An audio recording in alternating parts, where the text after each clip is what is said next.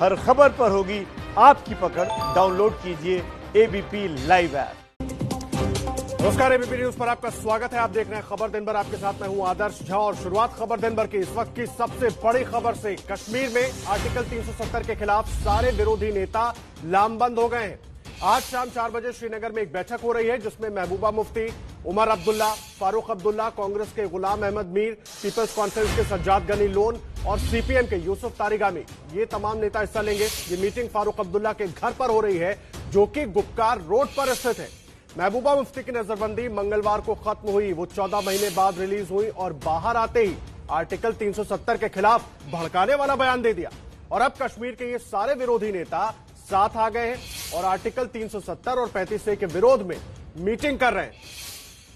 सवाल बड़ा यह है कि जो फैसला देश की संसद ने लिया, जो संविधान के हिसाब से लिया गया फैसला है, देश में लोकतंत्र है और उसी के तहत देश की संसद ने इन तमाम अनुच्छेदों को हटाने का फैसला किया। उसके बाद इस तरह की मीटिंग और इस तरह की बातों का क्या मतलब हो जाता है? क्या इस तरह की बातों को देशद्रोह की श्रेणी में नहीं रखा जाना चाहिए? क्योंकि भारत संविधान से चलता है, देश में लोकतंत्र है, कश्मीर भारत का अभिन्न हिस्सा है। और सवाल बड़ा यही है कि क्या कश्मीर में कोई और कानून चलाएगा? ये नेता अपने अलग कानून चलाएंगे या वहां पर भी भारत का ही संविधान लागू होगा? और देखिए, तीनों की तस्वीरें हम आपको दिखा रहे हैं। फारूक अब्दुल्ला, उमर अब्दुल्ला, महबूबा मुफ्ती, और इनके घर पर बैठक होने वाली है। गुपकार घोषणा के तहत ये बैठक होगी। आपको याद दिला दें, 2019 में भी एक ऐसी बैठक हुई थी 4 अगस्त को, लेकिन उसके बाद 370 के हटने के बाद इन नेताओं को नजरबंद किया गया और एक एक करके इनको फिर रिहा भी किया गया नजरबंदी से। मंगलवार को महबूबा मुफ्ती भी निकल कर आई और निकल कर आते ही उन्होंने एक ऑडियो संदेश जारी किया और 370 हटाए जाने को गैर संवैधानिक बता दिया। एक तरफ एलएसी पर चीन से तनाव है, चीन युद्ध की धमकी दे रहा है। दूसरी तरफ पाकिस्तानी आतंकी भारतीय सीमा में घुसपैठ की तैयारी कर रहे हैं। इन दोनों के बीच भारत के भीतर घातियों की एक तस्वीर भारत को परेशान कर सकती है। कश्मीर का अलगाववादी गैंग एक बार फिर से धारा 370 के खिलाफ बगावत पर उतर आया है। अगस्त 2019 के काले दिन का काला फैसला हर पल मेरे दिल और रूह पे वार करता रहा। मैं से कोई भी शख्स उस दिन की डाकाजनी और बेइज्जती को कतन भूल नहीं सकता। मंगलवार को महबूबा मुफ्ती की रिहाई के बाद फारूक और उमर अब्दुल्ला उनसे मिले। इस बैठक के बाद गुपकर घोषणा पर बैठक का फैसला लिया गया। जम्मू कश्मीर के 3 पूर्व मुख्यमंत्रियों ने गुपकर घोषणा पर बैठक के लिए सहमति दी। बैठक फारूक अब्दुल्ला के घर पर होगी। गुपकर घोषणा पर साइन करने वाले 4 बजे फारूक अब्दुल्ला के घर पर मिलेंगे। गुपकर घोषणा के समर्थन में किस किस ने साइन किए थे ये भी आपको बताएंगे, लेकिन पहले जान लीजिए गुपकर घोषणा क्या है।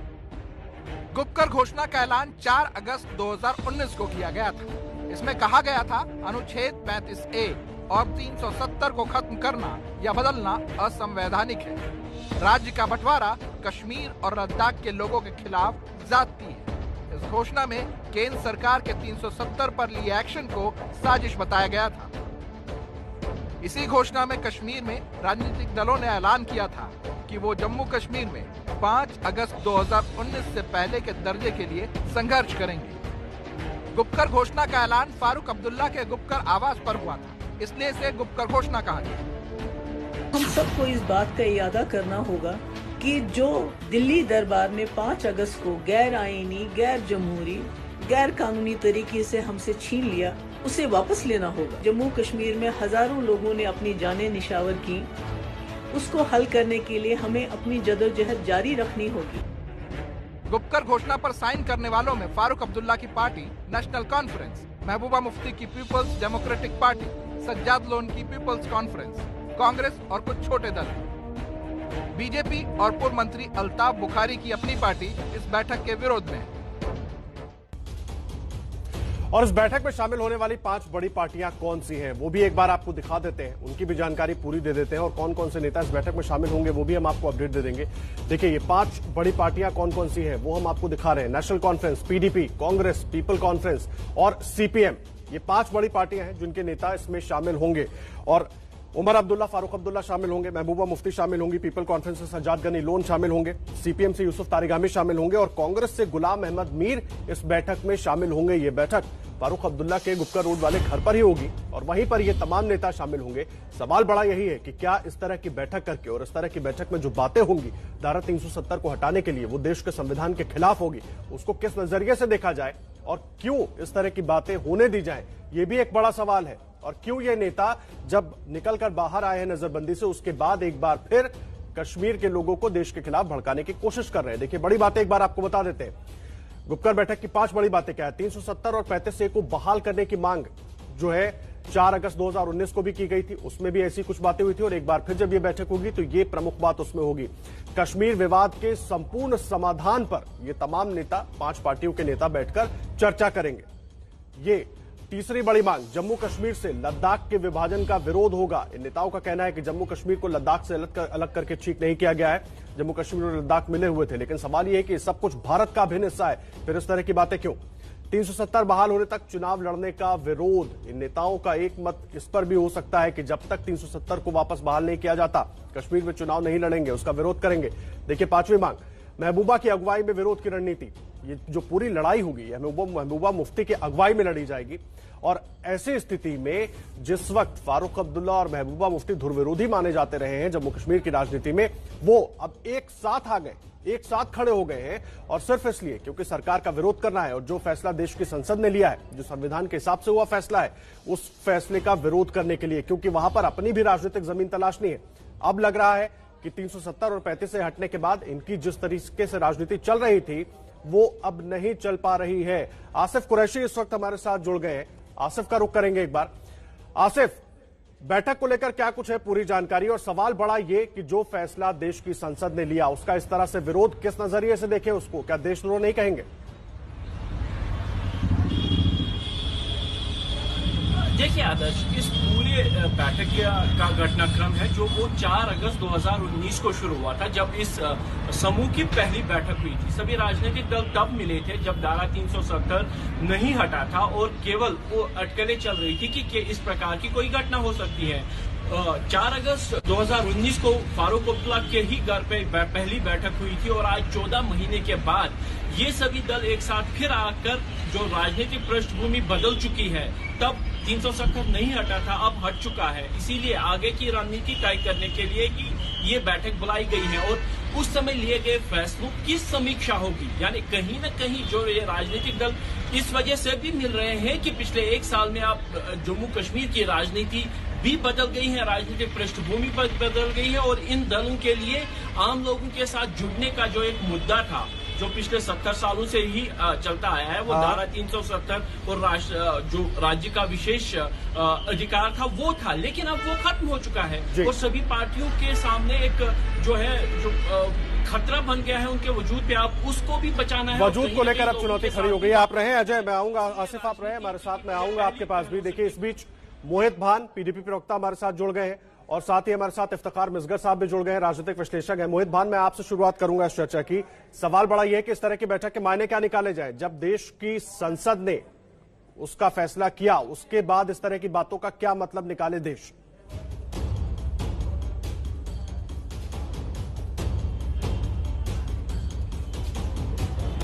ये मतलब निकाल सकता है कि जिस गैर जिम्मेदारी के साथ, जिस गैर कानूनी तरीके के साथ 1 करोड़ 25 लाख जम्मू कश्मीर के वासियों को जेल में बंद किया गया, नजरबंद किया गया, उनकी बातचीत के सारे साधन संसाधन बंद कर दिए गए, सारे इलेक्टेड रिप्रेजेंटेटिव्स को एक पेटी क्रिमिनल, एक तुच्छ क्रिमिनल की तरह जेल में बंद किया गया और हमारे जो हक, जो हमारे को इस भारतवर्ष के संविधान ने, इस भारतवर्ष के पार्लियामेंट ने, जो हमारा एक्सेशन के तहत जो हमारे स्पेशल राइट्स थे, उसको छीना गया है। उसके ऊपर हमारे बातचीत करना, हमारे लोगों की बात गवर्नमेंट ऑफ इंडिया के सामने रखना, ये हमारे कॉन्स्टिट्यूशनल राइट्स हैं, ये हमारे डेमोक्रेटिक राइट्स हैं और इसके लिए हम अपनी पुरजोर लड़ाई जो है ये ताउम्र, जब तक हम इस चीज के अंदर एक कंक्लूजन पे नहीं पहुंचेंगे, एक कोई डेमोक्रेटिक राइट्स की लड़ाई आप लड़ते रहिए, उससे किसी को कोई दिक्कत नहीं है। लेकिन एक सवाल सुन लीजिए, सवाल ये है कि जो फैसला देश की संसद ने किया उसको आप असंवैधानिक कैसे बता रहे हैं,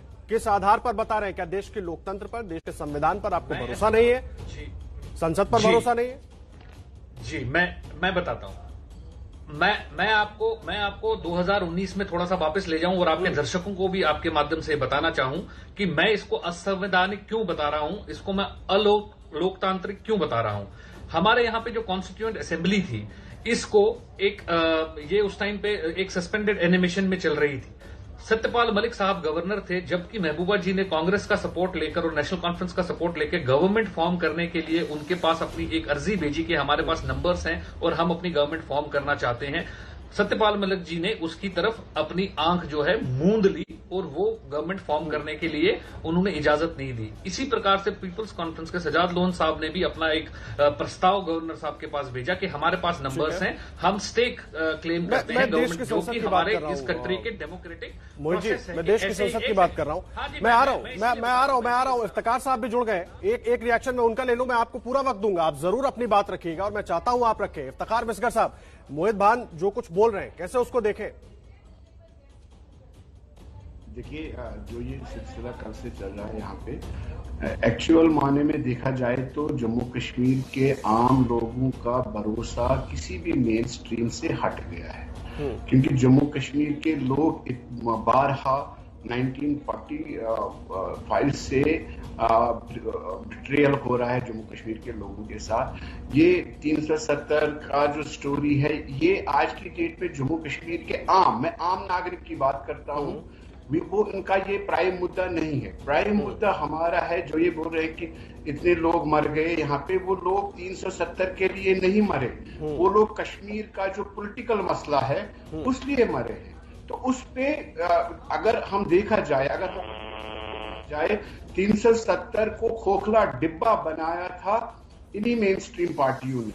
इसके करीबन 300 के करीब इसमें अमेंडमेंट्स हो गई थी। तो हाँ, ठीक है, अगर आज ये एक साथ आ रहे हैं और इनका अगर प्रोग्राम इलेक्शन लड़ने का है तो ये लोग इसको एक्सेप्ट नहीं करेंगे। अगर ये प्रोग्राम सियासत करने का है तो लोग इसको एक्सेप्ट नहीं करेंगे। लोग बहुत परेशान है, इसलिए नहीं कि 370 हट गया है, लोग परेशान इसलिए कि हमारा मसला, जो मसले कश्मीर है, पॉलिटिकल इश्यू, उस पॉलिटिकल इश्यू को एड्रेस करने की कोशिश आज तक किसी ने नहीं करी, जिसके लिए लोग खड़े हुए हर एक समय पे। हम लोग यहाँ पे चाहते थे कि देखिए, आज तक हम लोगों ने ये सीरियसली नहीं लिया कि यूनाइटेड नेशंस का ऑफिस क्यों श्रीनगर में है। ये स्टेट को आप बाकी स्टेटों में ना ले। मिस्कर साहब, जो सवाल आप उठा रहे हैं ना, उसके जवाब भी ले लेते हैं। बीजेपी से हमारे साथ के शर्मा साहब भी जुड़ गए हैं। के शर्मा साहब, बहुत स्वागत है आपका। देखिए, मोहित भान हमारे साथ पीडीपी से जुड़े हुए, वो सवाल उठा रहे हैं कि जो 370 हटाने का फैसला था वो लोकतांत्रिक था, संवैधानिक था, और ये जो गुपकर बैठक हो रही है इसीलिए हो रही है ताकि हम मिलकर एक बार फिर लड़ाई लड़ें इसके खिलाफ और उसको बहाल करवाएं। मिस्कर साहब कह रहे हैं कि 370 से आम जो जम्मू कश्मीर के लोग हैं ना, उनको बहुत लेना देना नहीं है, लेकिन हाँ, उनका एक मसला है कि कश्मीर का जो पॉलिटिकल मसला है वो हल होना चाहिए और सब कुछ ठीक होना चाहिए। क्या हो रहा है कश्मीर में? जम्मू कश्मीर के लोग हैं ना, उनको बहुत लेना देना नहीं है, लेकिन आपका एक मसला है कि कश्मीर का जो पॉलिटिकल मसला है वो होना चाहिए। हेलो के शर्मा साहब, आप सुन पा रहे हैं मुझे? मेरी आवाज आ रही है आपको? जी, अपनी बात कहिए। आवाज आ रही है मेरी? जी, हेलो, आवाज आ रही है? के शर्मा साहब, मैं आऊंगा आपके पास, अगर आप सुन पा रहे हैं तो जवाब दीजिए। मैं अभी देख रहा था, सुन भी रहा था। देखिए, बैठक करना ये किसी भी राजनीतिक दल का लोकतांत्रिक अधिकार है और वो अधिकार के अंतर्गत वो बैठक करें, उसमें कोई आपत्ति नहीं। विषय ये है कि मुद्दा क्या है और मुद्दे के बाद ये उसका निर्णय पर कहां जाते हैं, वो असंवैधानिक नहीं होना चाहिए। अभी एक मेरे पीडीपी के प्रवक्ता कह रहे थे, बहुत सारे विषय गिना रहे थे, वो भूल गए कि इस विषय पर संसद में एक नहीं 3 दिन तक एक लंबी चर्चा हुई और इन हर मुद्दों का जवाब, ये सारे प्रश्न उस संसद में उठे थे और विपक्ष में कांग्रेस से लेकर तमाम दलों ने उठाए थे। और यहां तक कि अधीर रंजन चौधरी जी का वो बयान भी आपने सुना, जो पहले ही उन्होंने उठाया कि मामला यूएनओ में है, ये है, इस तरह के उन्होंने कांग्रेस ने अपना जो है वक्तव्य दिया था। उसका भी प्रॉपर जवाब जो है सदन के अंदर दिया गया। किस तरह से वहां पर इसको धारा 370 को निष्क्रिय करने की बात की गई, उसके भी सारे तर्क वितर्क सारे कुछ सदन के अंदर रखे गए और देश ने पूरा सुना है उसको। और आज जिस बात की ये बात कर रहे हैं कि वहां की जनता का जो है मेन स्ट्रीम से विश्वास हट गया है, वास्तव में आदर्श जी ये स्थिति नहीं है। वास्तव में स्थिति ये है कि इन राजनीतिक दल जो वहां पर तथाकथित जो बने हुए थे, इनके ये वहां पर हाशिए में आ चुके हैं और अब ये अपनी वजूद जो है बचाने के लिए अलगाववाद की भाषा को बोलने लगे और फिर से वहां पर एक अलगाववाद को जो लगभग समाप्त हो चुका है उनको जो है ये फिर से खड़ा करना चाहते हैं और ये इस पे भूल रहे हैं कि अब इनको देश की जनता तो देगी ही जवाब, क्योंकि जम्मू कश्मीर जो है भारत का अभिन्न अंग था, है और रहेगा। इसमें यही तो सवाल तो हम भी उठा रहे हैं। जम्मू कश्मीर तो भारत का अभिन्न अंग है, फिर जो फैसला देश की संसद ने लिया वो संवैधानिक कैसे हो सकता है? के शर्मा साहब, मैं आऊंगा, जो बातें आपने उठाई उसका जवाब ले लूं एक बार। माकूल जवाब मोहित भान, जवाब देंगे आप? मुझे आपकी आवाज नहीं जी बिल्कुल। देखिए, मैं शर्मा साहब की जो याददाश्त है उसको थोड़ा सा मैं उनको रिफ्रेश कर दूं। पहली बात तो सबसे पहला असंवैधानिक काम जो हुआ है, जो अनडेमोक्रेटिक काम सबसे पहला ये हुआ कि जो सत्यपाल मलिक जी ने नंबर्स होते हुए पॉलिटिकल पार्टीज को वहां पे गवर्नमेंट फॉर्म करने के मौका नहीं दिया। उनकी गुजारिश को उन्होंने अपनी आंखें मूंद ली। सबसे पहला लोकतंत्र का कत्ल तो उसी दिन शाम को हो गया जब उन्होंने असंवैधानिक तरीके से, एकदम अनडेमोक्रेटिक तरीके से वहां की असेंबली को अपनी मर्जी से डिसॉल्व कर दिया। पहला असंवैधानिक तरीका ये था उनका। दूसरा जो अनडेमोक्रेटिक तरीका उनमें ये हुआ कि जो इलेक्टेड पार्लियामेंट मेंबर्स थे उनको आपने जेल में बंद रखा और उसके बाद आप कह रहे हैं कि पार्लियामेंट पे चर्चा हुई। चर्चा तो उन जो जेल में किसको बंद रखा गया था? मोहित भान जी, जेल में किसको बंद रखा गया था? उनको फारूक अब्दुल्ला को जेल में बंद रखा गया था। उनको घर में नजरबंद करके रखा गया था, बंद रखा था। ठीक है जी। जस्टिस हसनैन मसूदी, जस्टिस, हाँ जी, वो जेल ही था ना, उसको सब जेल घोषित किया था, उसको नजरबंद किया था। तो डिस्ट्रिक्ट मजिस्ट्रेट का ऑर्डर पढ़िए, वो जेल है। उसको यही तो झूठ है। क्या झूठ है साहब? आपके के शर्मा साहब, आऊंगा मैं आपके पास, जवाब लूंगा। मोहित जी समय थोड़ा कम है, एक छोटे से ब्रेक के लिए मुझे रुकना है। आपकी बात भी सुनूंगा और के शर्मा साहब से जवाब भी लेंगे। दोनों ही सारे नेता हमारे साथ जुड़े हुए हैं और हमारे साथ हमारे संवाददाता भी जुड़े हुए हैं। सवाल बड़ा यही है कि जब देश की संसद ने कोई चीज कानून के तहत पास की है, अब उस पर इस तरह से सवाल उठाना कितना जायज है? स्वागत है आपका खबर दिन भर में। बात हो रही है गुपकार की, क्या गुपकार सही होगा? सियासी उपचार। हमारे साथ तमाम नेता मौजूद हैं। मोहित भान पीडीपी से जुड़े हुए हमारे साथ, इफ्तिखार मिसगर साहब राजनीतिक विश्लेषक हैं और के शर्मा साहब बीजेपी से जुड़े हुए हैं। के शर्मा साहब, मुझे एक बात बताइए, ब्रेक पर जाने से पहले कई सवाल खड़े कर रहे थे मोहित भान, उन सवालों के जवाब सीधे तौर पर आप क्या देंगे और क्यों नहीं ये लोग समझ रहे हैं कि संविधान सब जगह एक ही रहेगा, एक साथ ही लागू होगा?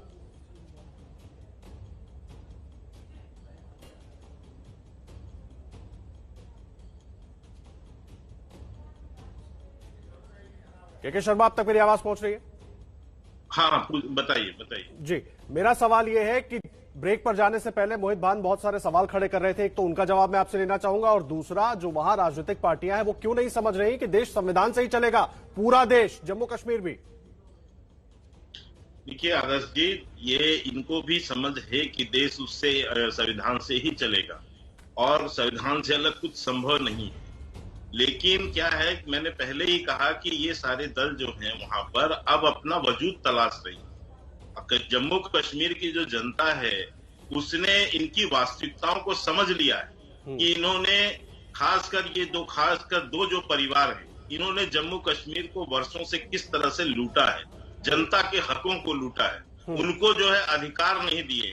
ये सारी चीजें आज जब उनके सामने, जब केंद्र से 109 से ज्यादा जो है कानून वहां पर जो ये लोग लागू नहीं किए हुए थे, वो अधिकार वहां प्राप्त हुए हैं लोगों को। कई तरह की जो सुविधाएं आज वहां गांव में जो है, जो अधिकारी कर्मचारी गांव पहुंचकर लोगों के जो है समस्याओं को सुन रहे हैं, प्रमाण पत्र बना के दे रहे हैं, जो सुविधाएं उनको मिल रही हैं, उससे अब इनकी बौखलाहट ये हो गई है। और जिस ढंग से कहीं ना कहीं कोशिश यही है के शर्मा साहब कि अपनी जो कोई राजनीतिक जमीन है उसको वापस से तलाशा जाए और इसीलिए जो फैसला देश की संसद ने लिया है उसमें खामियां निकाली जा रही हैं और जनता को उस हिसाब से उसको इंटरप्रेट करके बताया जा रहा है। आप सब रहे हमारे साथ, एक छोटे से ब्रेक के लिए रुक रहे हैं, तुरंत लौट कर आते हैं। बीपी न्यूज पर खबरें लगातार जारी हैं।